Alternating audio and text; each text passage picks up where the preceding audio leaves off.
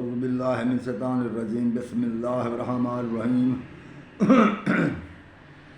الحمدللہ رب العالمین اللہم صلی علی محمد و آل محمد قال اللہ تعالی فی القرآن المجید والفرقان الحمید بسم اللہ الرحمن الرحیم من لم یحکم بما انزل اللہ فاولئک هم الکافرون صدق اللہ العلی العظیم اللہم صلی علی محمد و آل محمد۔ حضرات، آج بروز منگل 16 اپریل 2024 ہے، تو میں ابن الخیر سید البخشا تسلیم آپ کی خدمت میں عرض کر رہا ہوں۔ میرا واٹس ایپ نمبر ہے 0346 66 30 859 اور ایک سادہ موبائل نمبر ہے 0315 60 96 711۔ تو میں نے اپنے نمبر دے دیے۔ تو میں نے آیت پڑھی ہے کلام پاک سے کہ اللہ کے نازل کردہ کے مطابق جو بات نہ کرے، حکم نہ کرے، تو ایسے لوگ اللہ فرما رہے کافر ہیں۔ تو ہمیں بات چیت جو کرنا چاہیے تو اس آیت کے تحت تو اللہ کے حکم سے کرنا چاہیے۔ تو آج کا میرا عنوان ہے خلافت، آیا کہ اصحاب رسول واجب الاتباع ہیں یا اتباع ان کی جائز ہے، اور یہ صاحب علم ہیں یا نہیں ہیں۔ پہلی بات تو یہ ہے میرے محترم عزیز ناظرین کہ یہ جو اصحاب رسول ہیں وہ سب کے سب 24 گھنٹے رسول کریم کے ساتھ نہ رہتے تھے۔ ہر شخص کے اپنے اپنے کاروبار تھے۔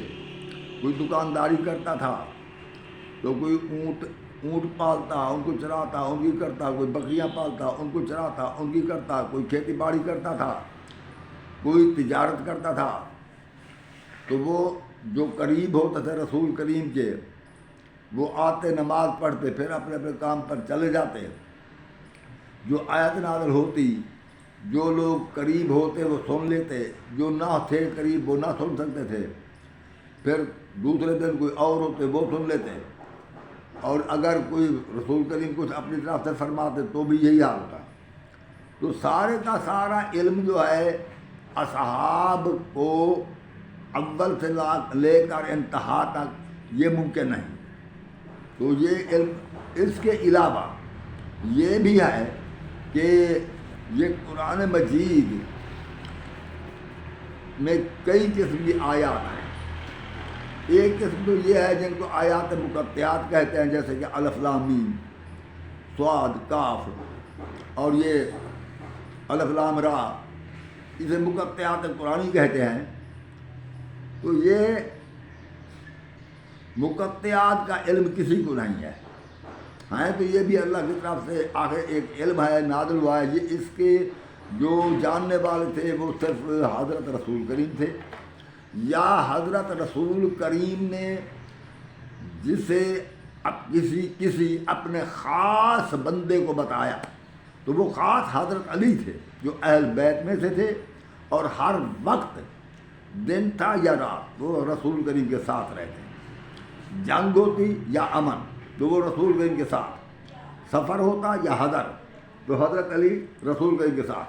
تو اس لیے یہ تمام جو مقطعات کے معنی تھے وہ صرف حضرت علی جانتے تھے، یا اور کوئی ایسے علوم جو معراج سے حضرت رسول کریم کو حاصل ہوئے وہ بھی تو حضرت علی جانتے تھے۔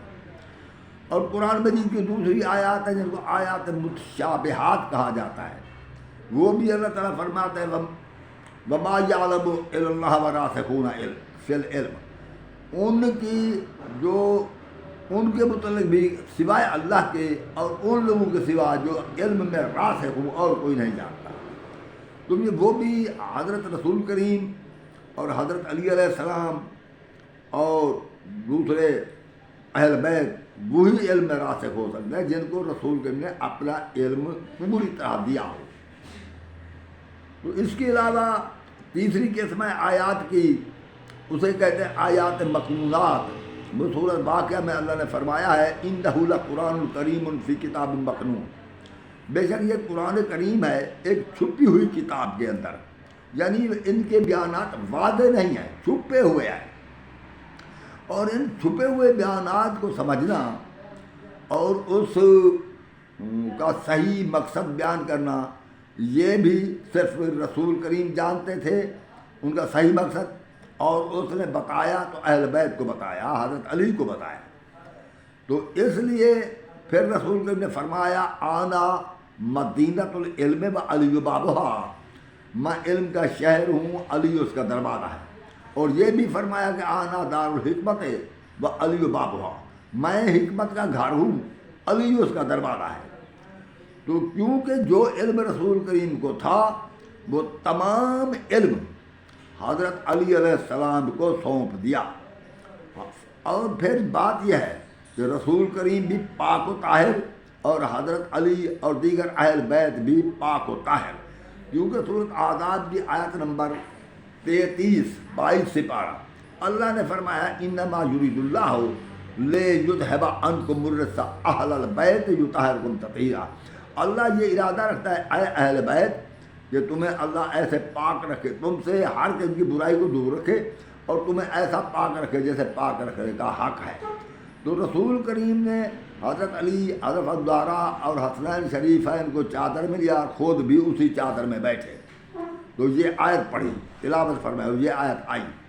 تو بات یہ ہے کہ بہت سے لوگ یہ سوال کرتے ہیں کہ ازواج بھی اہل بیت میں شامل ہیں۔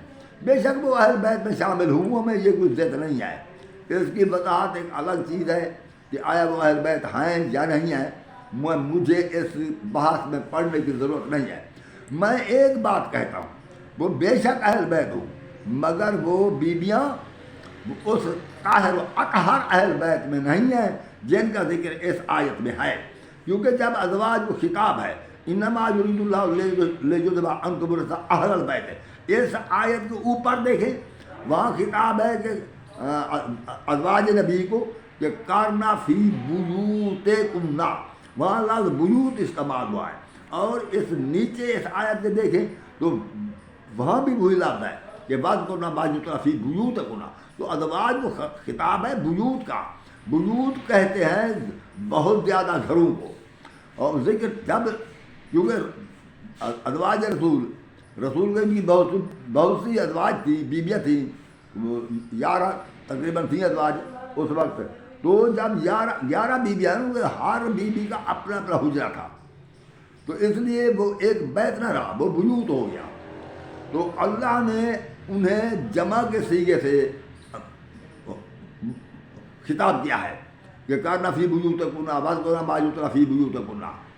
اگر ازواج شامل ہوتی تو آیت یوں ہوتی انما یرید اللہ لیذھب عنکم الرجس اہل البیوت ویطہرکم تطہیرا، وہ اہل البیوت ہوتا، تو اللہ نے باقی گھروں کو کٹا دیا، صرف ایک گھر کے متعلق فرمایا کہ اہل البیت یطہرکم تطہیرا۔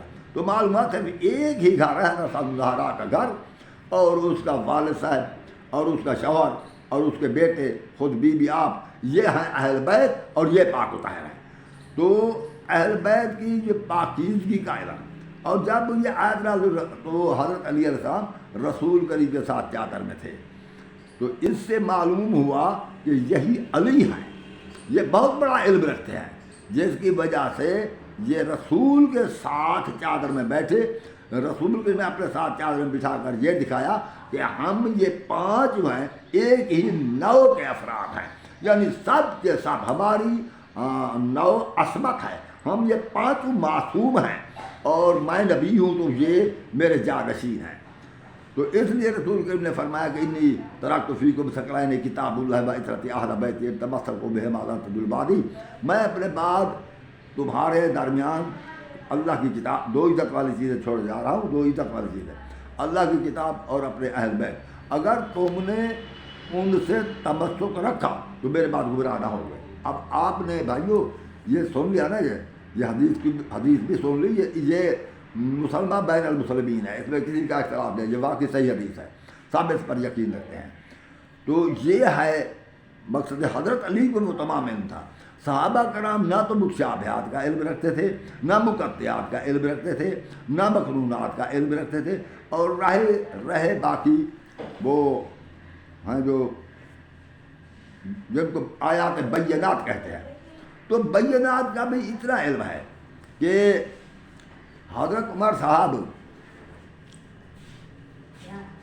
ایک بار ایسے بازار میں آ رہے تھے کہ کوئی عورت اپنے بالا خانے پر گا رہی تھی.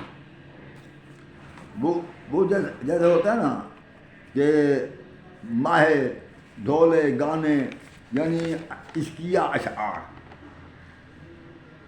تو وہ گا رہی تھی. تو حضرت عمر واپس چلے گئے، اور جب واپس چلے گئے تو یہ ہے، میں نے کہا تھا پھر اس کو اگلے روز اپنے وہ دربار میں بلا بھیجا. وہ عورت حاضر ہوئی، اس نے پوچھا ہاں یہ تو عشقیہ اشعار کیوں گا رہی تھی؟ اس نے کہا اس لیے کہ میرا شوہر محاذ جنگ پر ہے، فوج میں ہے، 6 ماہ ہو گئے ہیں، وہ آیا نہیں، تو میں اس کے لیے اداس ہوں. تو حضرت عمر نے سوچا ٹھیک ہے، اور پھر حضرت عمر حضرت حفصہ کے پاس آئے اور اس سے پوچھا ایک عورت ایک مرد کے بغیر کتنی عرصہ صبر کر سکتی ہے؟ تو حضرت حفصہ نے شرماتے ہوئے 4 انگلیوں کا اشارہ کیا. یہ واقعہ الفاروق صفحہ نمبر 444 پر ہے. تو اس نے ایسے اشارہ کیا 4 انگلیوں کا.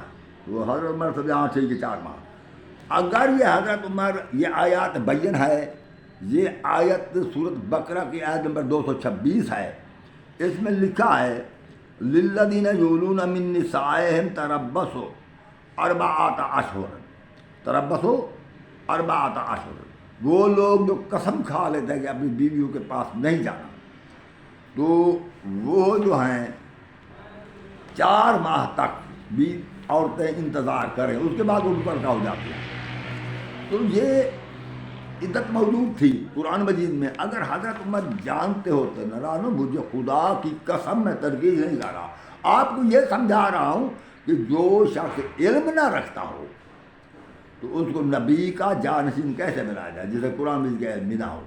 اگر حضرت عمر کو علم نہ تھا، ان کی پرہیزگاری، ان کی نیکیاں وہ ایک علیحدہ چیز ہے. بے شک میں سمجھتا ہوں صحابہ کرام ہم سے 1000 گنا بہتر ہوں، 1000 گنا ہم سے نیک ہوں، مگر بات یہ نیکی اور بات ہے میں بھی ساری جان نماز پڑھتا رہوں، اس نماز پڑھنے سے مجھے علم نہ آ جائے گا. پانی ڈوئے تو اس نماز پڑھنے سے میں عالم نہ بن جاؤں گا، وہ نماز پڑھتا رہوں گا. تو نیکیاں ایک اور بات ہے.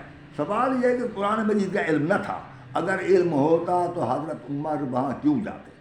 ایک اور میں مثال دیتا ہوں. وہ مثال یہ ہے کہ حضرت موسیٰ بن اشری تشریف لائے حضرت عمر کے دروازہ پر. دروازہ کھٹکھٹایا اور آواز دی السلام علیکم موسیٰ بن اشری حاضر ہے. یہ آواز 3 بار دی، اندر سے کوئی جواب نہ آیا. شاید حضرت عمر کسی کام میں مصروف تھے. یہ روایت جو میں پڑھ رہا ہوں یہ 459 اور 460 صفحہ نمبر پر ہے، کتاب الفاروق، مصنف شبلی نعمانی، شمس العلماء شبلی نعمانی. تو 3 بار یہ اجازت طلب کرنے کے بعد حضرت عمر حضرت ابو موسیٰ اشری چلے گئے. پھر حضرت عمر نے کام سے فارغ ہونے کے بعد کسی سے کہا کہ ہاں حضرت وہ ابو موسیٰ آئے تھے، کیونکہ شاید حضرت عمر نے آواز پہچانی ہوگی، ابو موسیٰ آئے تھے. تو کسی نے کہا کہ وہ تو چلے گئے، کہا اسے بلا لاؤ.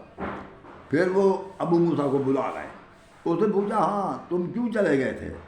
تو ابو موسیٰ نے کہا اس لیے کہ رسول کریم نے فرمایا ہے 3 بار اجازت طلب کرو دروازے پر جا کر، اگر کوئی جواب نہ آئے، آواز نہ آئے، اجازت نہ ملے یا روک دے کہ چلے جاؤ تو پھر واپس چلے جاؤ. تو اس لیے میں واپس چلا گیا. تو حضرت عمر نے کہا یہ رسول نے فرمایا ہے، اگر تو کہتا ہے تو اس کے لیے کوئی دوسرا آدمی گواہ پیش کرو. اگر گواہی نہ ملی تو میں تجھے سزا دوں گا.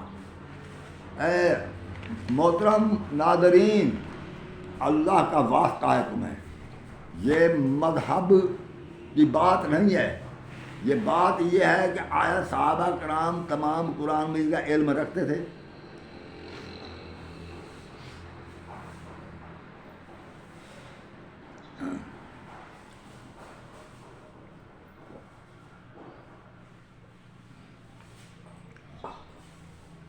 کیا وہ جانشین رسول بن سکتے ہیں؟ اگر وہ قرآن مجید کا علم بھی نہ رکھتے ہوں تو پھر جانشین رسول تو نہیں بن سکتے۔ البتہ میں یہ سمجھتا ہوں کہ حضرت ابوبکر، حضرت عمر، حضرت عثمان حاکم ضرور تھے، حکومت پر تو آ گئے، اور حضرت علی علیہ السلام ان کے بعد حکومت پر آئے، مگر خلافت تو رسول نے فرما دیا تھا کہ انی ترکت فیکم ثقلین، نہیں کتاب اللہ و اطاعت اہل بیت۔ لوگوں یہ تم سمجھتے کیوں نہیں؟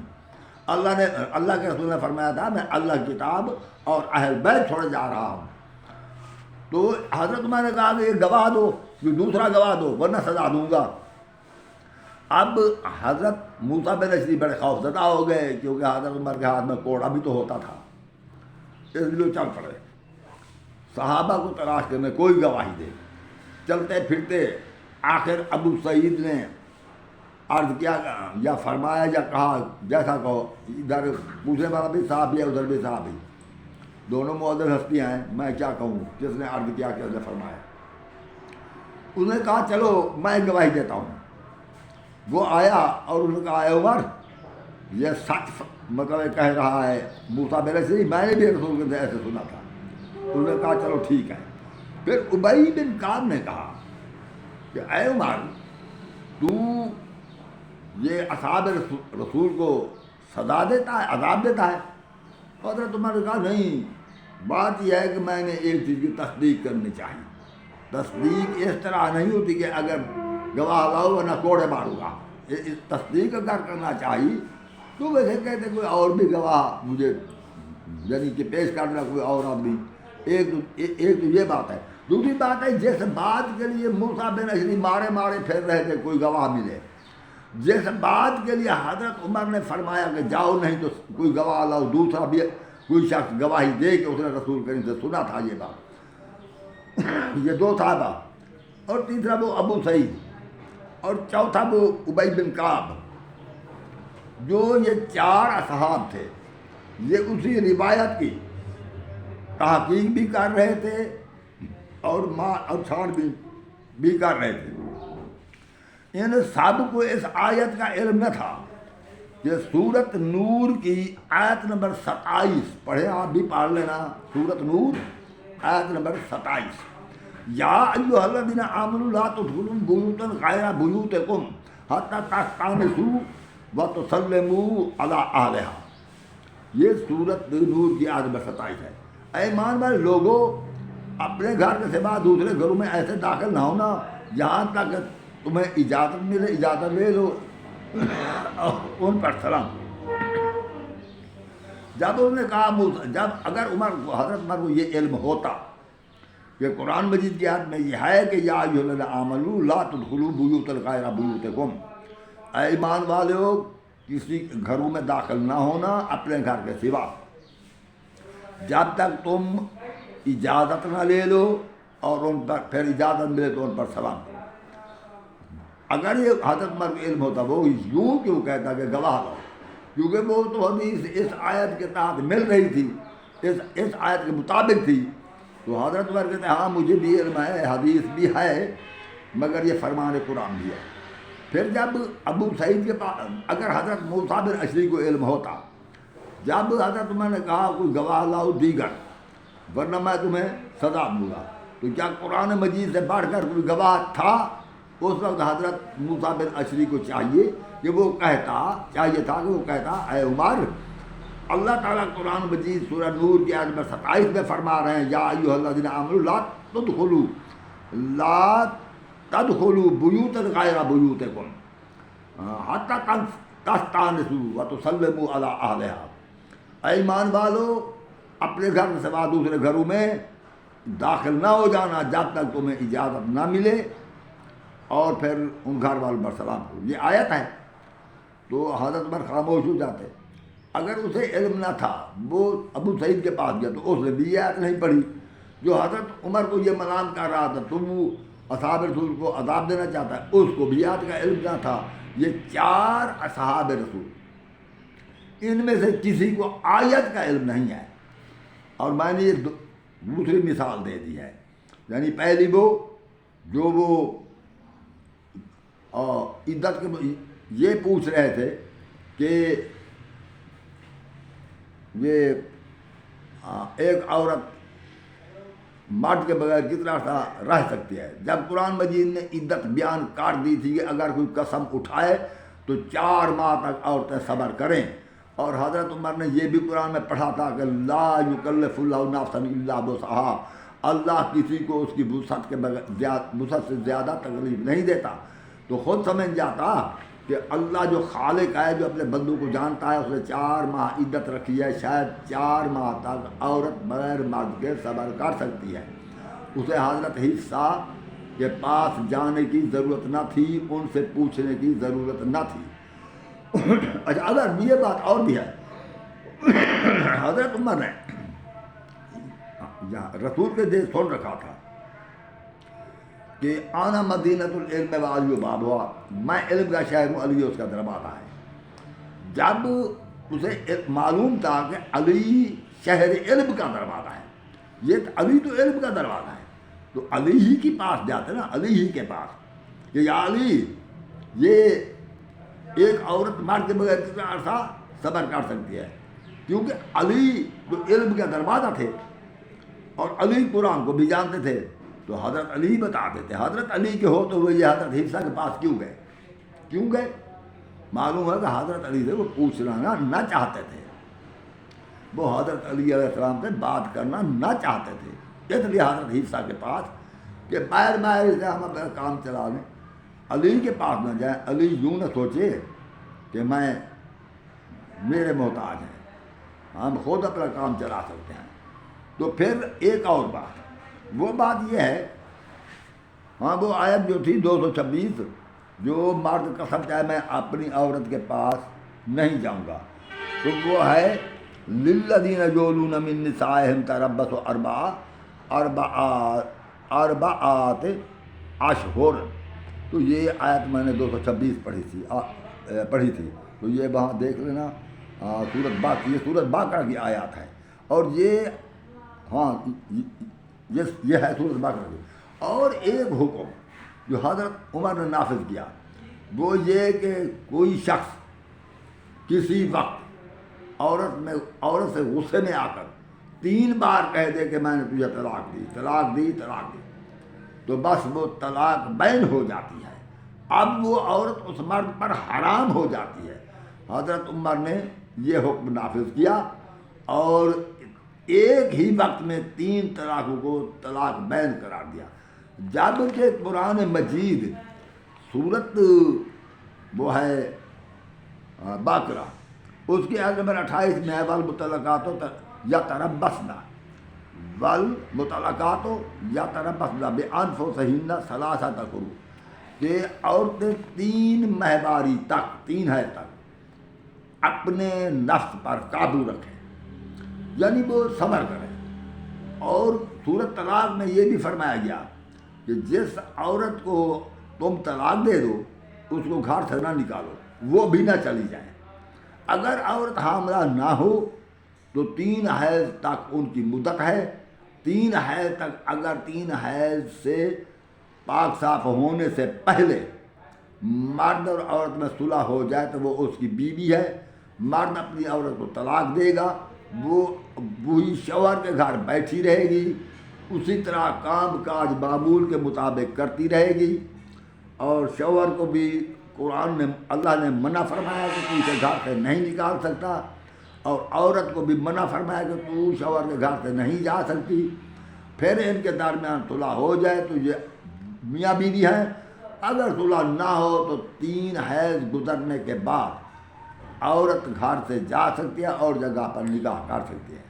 ہاں، طلاق کے 2 گواہ بھی موجود ہوں، جب مرد طلاق دے 2 گواہ موجود ہوں، اور پھر اگر وہ رجوع کر لے تو پھر بھی کہہ دے انہی گواہوں کے بھی میں نے رجوع کر لیا ہے، کہہ دے تو کہہ دے، نہ کہہ دے، جب 3 حیض سے مدت اوپر گزرے گی خود بخود ہر کو پتہ چل جائے گا کہ انہوں نے رجوع کر لیا، ان کی وہ صلح و صفائی ہو گئی۔ تو حضرت عمر نے جب قرآن مجید میں یہ عدت مقرر کی تھی تو حضرت عمر نے ایک ہی وقت میں 3 بار طلاق کہنے کو طلاق بین قرار کیوں دیا؟ یہ بات ہے تو جو قرآن مجید کا علم نہ جانتے تھے صحابہ کرام، مکمل طور پر نہ جانتے تھے، کچھ جانتے تھے، کوئی بات کو جانتے تھے، کوئی بات نہ جانتے تھے، حالانکہ قرآن انہی کی زبان میں تھا۔ اور جو معراج کے واقعات ہیں وہ بھی پوری طرح صحابہ کرام نہ جانتے تھے، اور جو مقطعات قرآنی ہیں یا مقنونات ہیں یا مشابہات ہیں ان کو بھی نہ جانتے تھے، تو وہ رسول کے بھی خلیفے کیسے بن سکتے ہیں؟ تو بھائیو، اس لیے رسول جس طرح رسول کریم نے فرمایا صلی اللہ علیہ وآلہ وسلم، جس طرح آپ نے فرمایا کہ لوگو انی ترکت فیکم ثقلین کتاب اللہ و عترۃ اہل بیتی ان تمسکوا بہما لن تضلوا بعدی، میں اپنے بعد تمہارے درمیان اللہ کی کتاب اور اہل بیت چھوڑ جا رہا ہوں، جو ان سے منسلک ہو گیا تو میرے بعد وہ گمراہ تم نہ ہو گئے اگر ان کے ساتھ تم رہے تو آج کی تو یہ قرآن اور اہل بیت ہادی ہیں۔ اور پھر حضرت علی کا ہاتھ پکڑا غدیر خم کے مقام پر، اور ہاتھ پکڑ کر دکھایا کہ من کنت مولا فہذا علی مولا، جس کا میں مالک و سردار ہوں، سید ہوں، اس کا مالک سردار یہ علی ہے، یعنی علی علیہ السلام خلیفہ بن گئے۔